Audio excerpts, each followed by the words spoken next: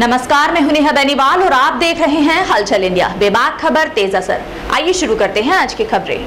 शामली के गढ़ीपुख्ता क्षेत्र के गांव दुल्लाखेड़ी में राजपूत सम्राट पृथ्वीराज चौहान के बैनर तले मूर्ति का पूर्व मंत्री ने अनावरण किया। अनावरण के दौरान एसडीएम व पुलिस प्रशासन भी मौजूद रहा। दरअसल गढ़ीपुख्ता क्षेत्र के गांव दुल्लाखेड़ी में राजपूत सम्राट पृथ्वीराज चौहान के बैनर तले मुख्य अतिथि के रूप में आए पूर्व मंत्री व पूर्व विधायक सुरेश राणा ने अनावरण किया। अनावरण के दौरान पूर्व विधायक सुरेश राणा ने बोलते हुए कहा कि पृथ्वीराज चौहान भारतीय इतिहास में एक बहुत ही अविस्मरणीय नाम है। चौहान वंश में जन्मे पृथ्वीराज आखिरी हिंदू शासक रहे थे। उन्होंने अपने पिता की मृत्यु के पश्चात दिल्ली और अजमेर का शासन संभाला और उसे कई सीमाओं तक फैलाया भी था, परंतु अंत में वे राजनीति का शिकार हुए और अपनी रियासत हार बैठे। परंतु उनकी हार के बाद कोई हिंदू शासक उनकी कमी पूरी नहीं कर पाया। पृथ्वीराज चौहान की मूर्ति के अनावरण में अतिथि के रूप में पहुंचे शेर सिंह राणा ने बोलते हुए कहा कि तलवारों की धारों पर वीरों की जवानी चलती है। जिस ओर राजपूत चलता है उस ओर जमाना चलता है। उन्होंने कहा कि कहीं न कहीं हमारी कमजोरियां रही होगी या दूसरे की कमजोरियां रही होंगी। महापुरुष किसी एक विशेष जाति से नहीं, तुच्छ मानसिकता के लोग अपनी जाति का नाम ऊंचा करने के लिए दूसरी की जाति का इतिहास चोरी करने का काम करते हैं। पृथ्वीराज चौहान जी की एक मूर्ति लगाना चाहते हैं।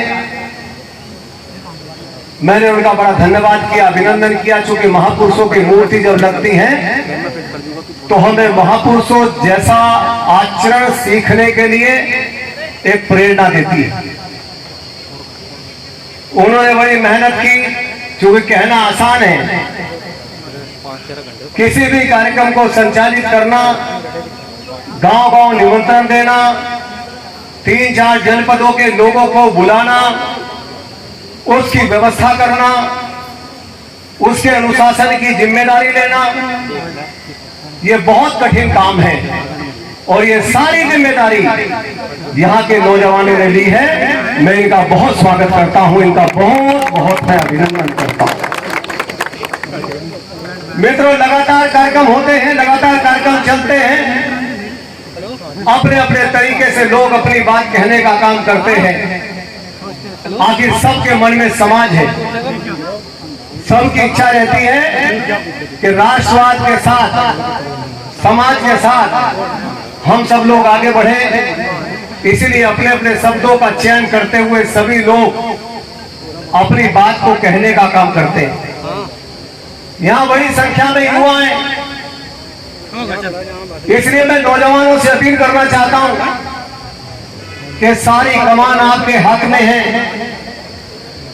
नौजवानों के हाथ में।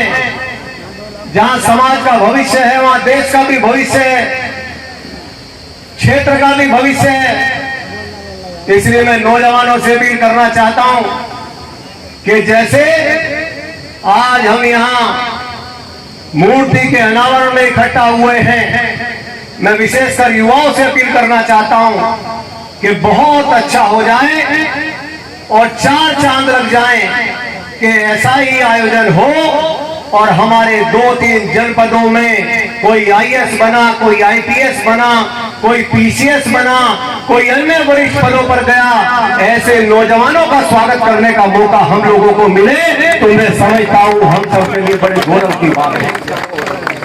क्योंकि चारों तरफ से समृद्ध होना पड़ेगा, अच्छा किसान भी होना पड़ेगा, अच्छा नौजवान भी होना पड़ेगा, अच्छा मेहनतकश विद्यार्थी भी होना पड़ेगा। हमें अपने प्रोग्रेस करने के लिए, प्रदेश की, देश की प्रोग्रेस करने के लिए बहुत आयामों से एक साथ आगे चलने का काम करना पड़ेगा।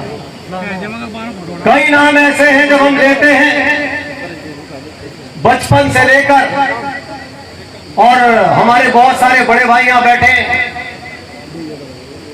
हमारी उम्र के लोग हैं, हमसे अगली पीढ़ी है, हमसे छोटे हैं, लेकिन जो हमसे 20-20, 30-30, 40-40 साल बड़े हैं, यह हमसे पहली पीढ़ी है, वो भी जब पृथ्वीराज चौहान और महाराणा प्रताप का नाम सुनती है तो उनके भी रोंगटे खड़े हो जाते हैं, क्योंकि वो हमारे बलिदान की गाथा है, वो इतिहास है, वो महापुरुष है जिन्होंने दुनिया को जीना सिखाया है, वो महापुरुष है जिन्होंने अपने बलिदान के दम पर समाज में अपना स्थान स्थापित किया है, वो महापुरुष है जिन्होंने नारी सम्मान का एक अनूठा उदाहरण प्रस्तुत किया है, और वो सम्मान है जिन्होंने दुश्मनों को लोहे के चने चबा करके और दुश्मनों के दांत खट्टे करने का काम किया है। इसलिए जब भी इनका नाम जबान पर आता है तो हम लोगों का रक्त तोड़ने लगता है।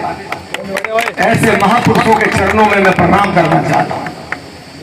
बहुत अच्छी शुरुआत है युवाओं की, और शुरुआत यह है कि लगातार अपने पूजनीय, अपने स्मरणीय, अपने प्रेरणा स्रोत उन तमाम लोगों को, अभी अजय जी मुझे कह रहे थे मैं मूर्ति का अनावरण कर रहा था, तो अजय जी ने कहा कि आज आपने यहां करके हमारा दिल जीत लिया। मित्रों, मैं आपसे कहना चाहता हूं, हमारे एक और युवा साथी कह रहे थे कि हम चेतावनी देते हैं, ऐसा किया तो हमें जेल जाना पड़ेगा। मैं आपको मन से कहता हूं कि आपने हम लोगों को आशीर्वाद दिया, हमारे रहते आपको जेल जाने की आवश्यकता नहीं।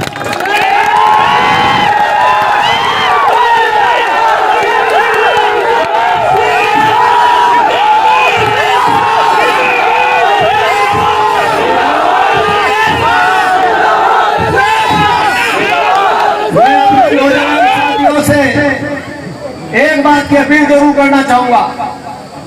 आपका गार्जियन हूं, भाई हूं, बड़ा हूं, अधिकांश से तो बड़ा ही होगा।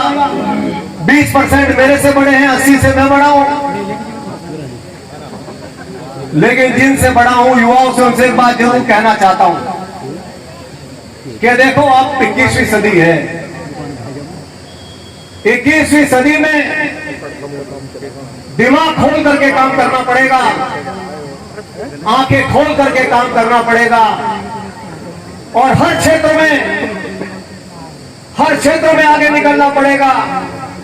मैं मन से नाम नहीं लेना चाह रहा था, लेकिन अभी कुछ दिन पहले मेरे पास एक अपने ही समाज का नौजवान,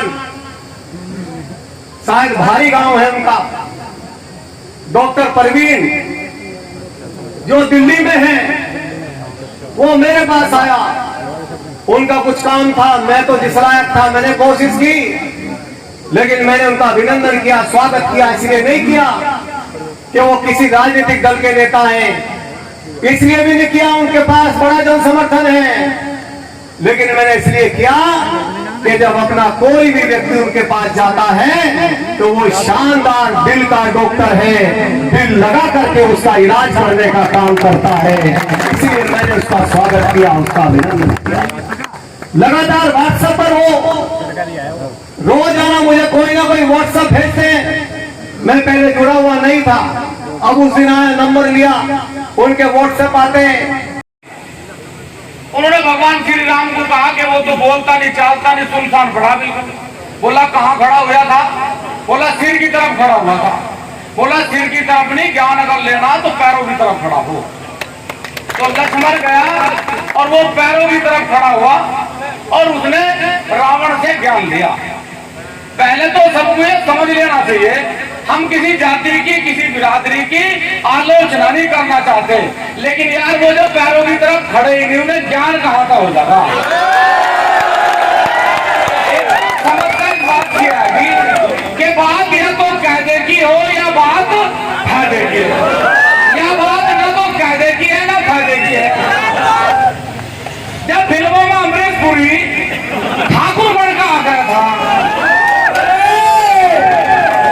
जब फिल्मों में अमरीश पुरी ठाकुर बन का आ गया था और वो बलात्कार कर गया था, जमीन खोद कर रहा था, उस समय तो इस देश में किसी ने नहीं कहा हम भी ठाकुर हैं। वो ठेका तो था हमारे पे, और आज हमारे महापुरुषों की तस्वीर लगाने पे भी लोगों को ऐतराज है। यह बात हमारी समझता पार है, हम किसी की आलोचना थोड़ी कर रहे हैं। अच्छा, एक बात में सारी बात खत्म हो, अगर किसी को यही भ्रम हो कि भाई वो हमारा ही था, तो एक फ्री डीएनए टेस्ट करवा लो, उसका भी पता है। तो कर रहा सरकार है, इसमें तो कोई दो राय नहीं, उसमें तो मुझे लगे दूध का दूध, पानी का पानी हो जा। लेकिन एक बात बताऊं कि रावण ने एक बात और बहुत बढ़िया कही भगवान श्री राम को, कि राम तू मेरे से नहीं जीता, तू मेरे से इसलिए जीत गया क्योंकि मेरा भाई तेरे साथ था, और तेरी जीत का कारण ये हुआ कि तेरा भाई भी तेरे साथ। तुम आपस में रहना सीख लो।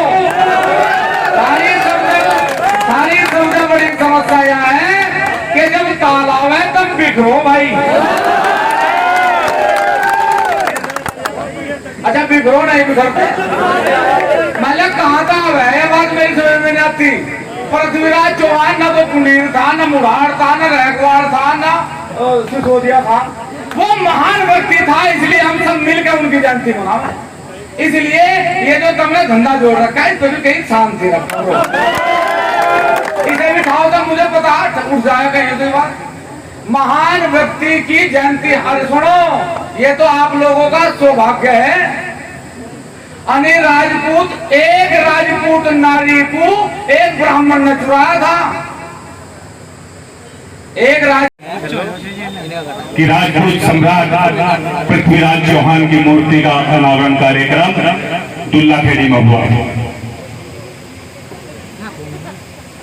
बड़ी खुशी है और सभी आयोजक महोदयों से, सभी ग्रामवासियों से और सभी आगंतुक महोदयों से मैं अनुरोध करता हूं कि आप बधाई के पात्र हैं। इस कार्यक्रम में आप उपस्थित रहें। साथियों, तलवारों की धारों पर वीरों की जवानी चलती है। तलवारों की धारों पर वीरों की जवानी चलती है और जिस और राजपूत चलता है उस और जमाना चलता है। साथियों, सभी राजपूत हैं।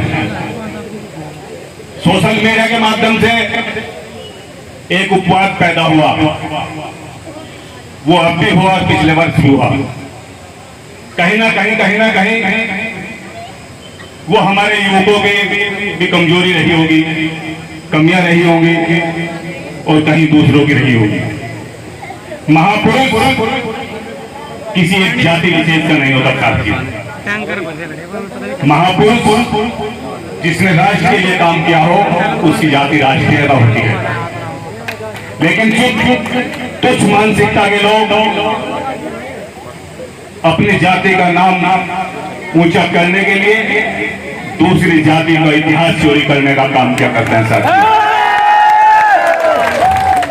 साथियों, पिछली सरकार के मुख्यमंत्री जी का मैं आभार व्यक्त करना चाहता हूं, योगी जी का। उस कैबिनेट में, उस सदन में जितने भी राजपूत क्षत्रिय योद्धा थे, किसी क्षत्रिय या राजपूत योद्धा को ये कहने की हिम्मत नहीं हुई कि महेश भोज भी राजपूत था। साथियों, जब हम अपने बाप को बाप नहीं कहेंगे, बाबा को बाबा नहीं कहेंगे, क्या दूसरों को कहेंगे? मुझे कहने में कोई संकोच नहीं है साथियों। एक बात कहता हूं, दोस्त को याद रखो या ना रखो, लेकिन दुश्मन को याद रखो। साथी, दुश्मन को याद रखो। साथियों, मैं राजपूत की परिभाषा हर जगह बताता हूं, यहां भी आपको बताना चाहता हूं। जो साथी हैं वो सुनने और गहन करने से और अनुमान लगाए